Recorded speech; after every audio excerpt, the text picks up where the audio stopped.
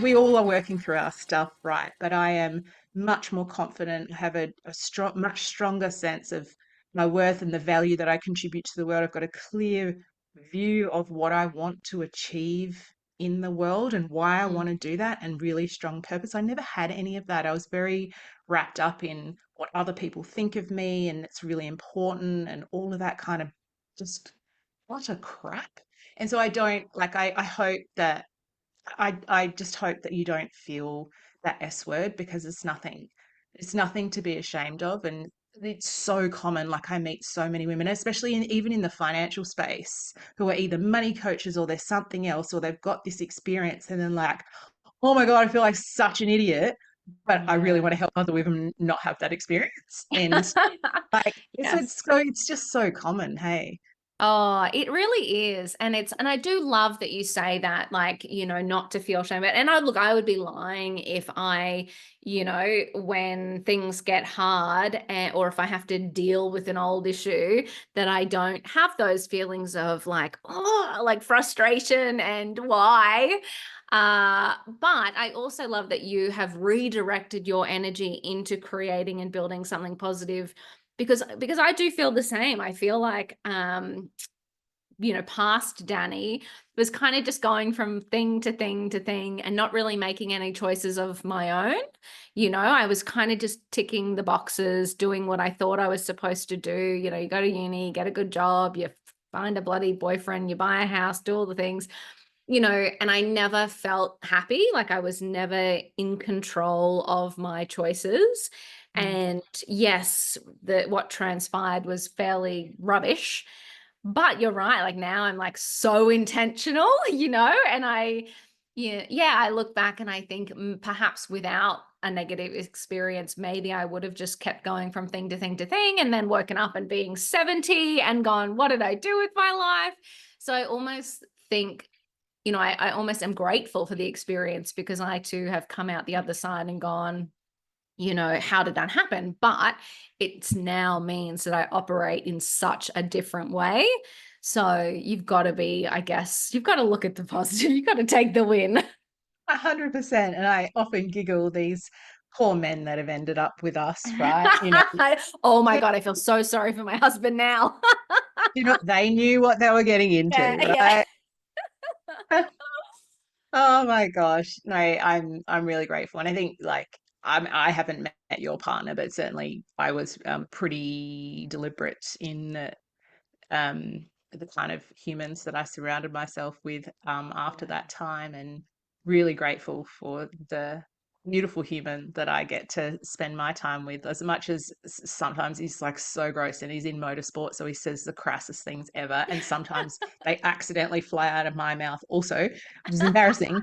But like, it takes a special person, I think, to take on someone else's kids. Do you know what I mean? So, my girls are my girls with my ex-husband, and he's been part of their lives since they were 2 and 4, and is Mm, absolutely the best male role model in their lives, without doubt.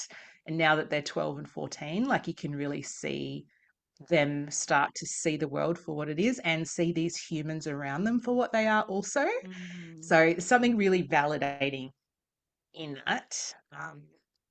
Yeah, anyway, I'm gushing. I No, I love it, because that's probably the flip side to this conversation is I get mad about man bashing, because there are amazing men on the planet. And, I have obviously had negative experience. So I feel like it'd be very easy for me to man bash.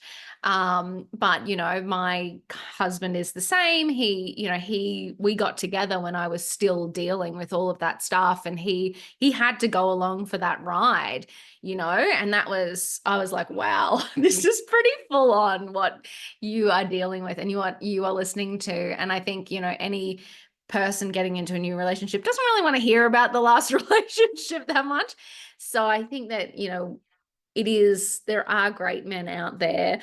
But I think that it comes back to what you said around that education piece, right? Like, know where you are at, know what you are in, and have a plan Totally. to be okay by yourself.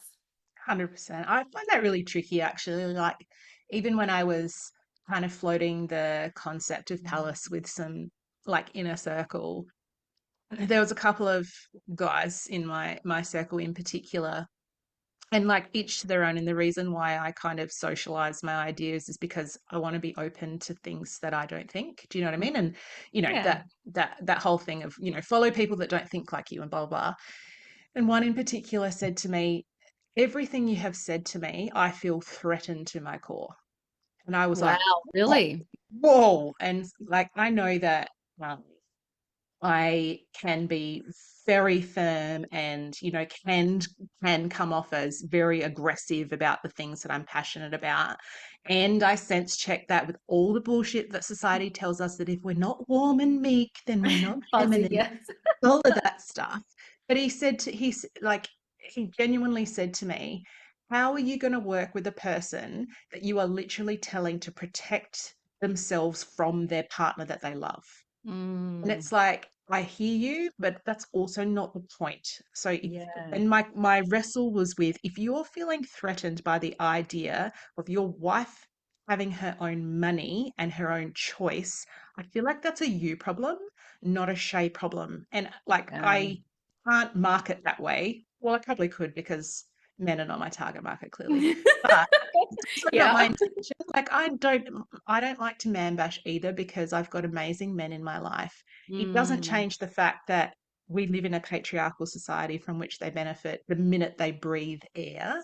It doesn't absolutely. change the fact that we still struggle, especially us millennials, with being strong and empowered and all the things that we were brought up with. But if we're in this kind of relationship, we probably live with men that weren't brought up that way and don't really know how to deal with us, kind of crazy empowered women. Yep. And that then, as well as a parent, we've got all this fear around, how our daughters, either how our daughters are going to stay safe in the world, or how we help our sons be Mm, great humans rather than Andrew Tates or whatever. It's yeah.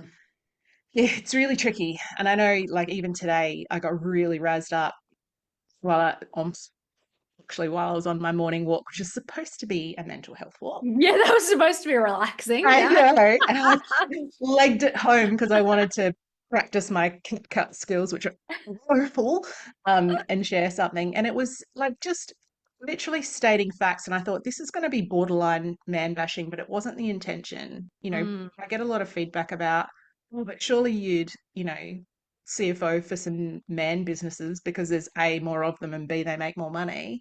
I'm like, which is sure. actually not a fact, but We- anyway, yes. Right. Yeah. Um, and it's like, and someone has even used the language with me before, "Why do you discriminate against men?" And like, Wow. feel like that was just trying to trigger me, and it didn't. So whatevs. But the You're like, whole, that's growth. Hashtag growth. and then I went home and said, so said to me today. It's not about discriminating against them. I think for me, it's that I recognize that my industry has underserviced women since the dawn of time. And Mm, it's my choice, with my profession and with my experience and with all my skills, to point it at a group of humans who I feel like are more in need. yeah. And that is literally it. The only I love reason I that. get raised eyebrows is because it happens to be women. Do you know what I mean? Yeah. It's wild, isn't it? It's mental.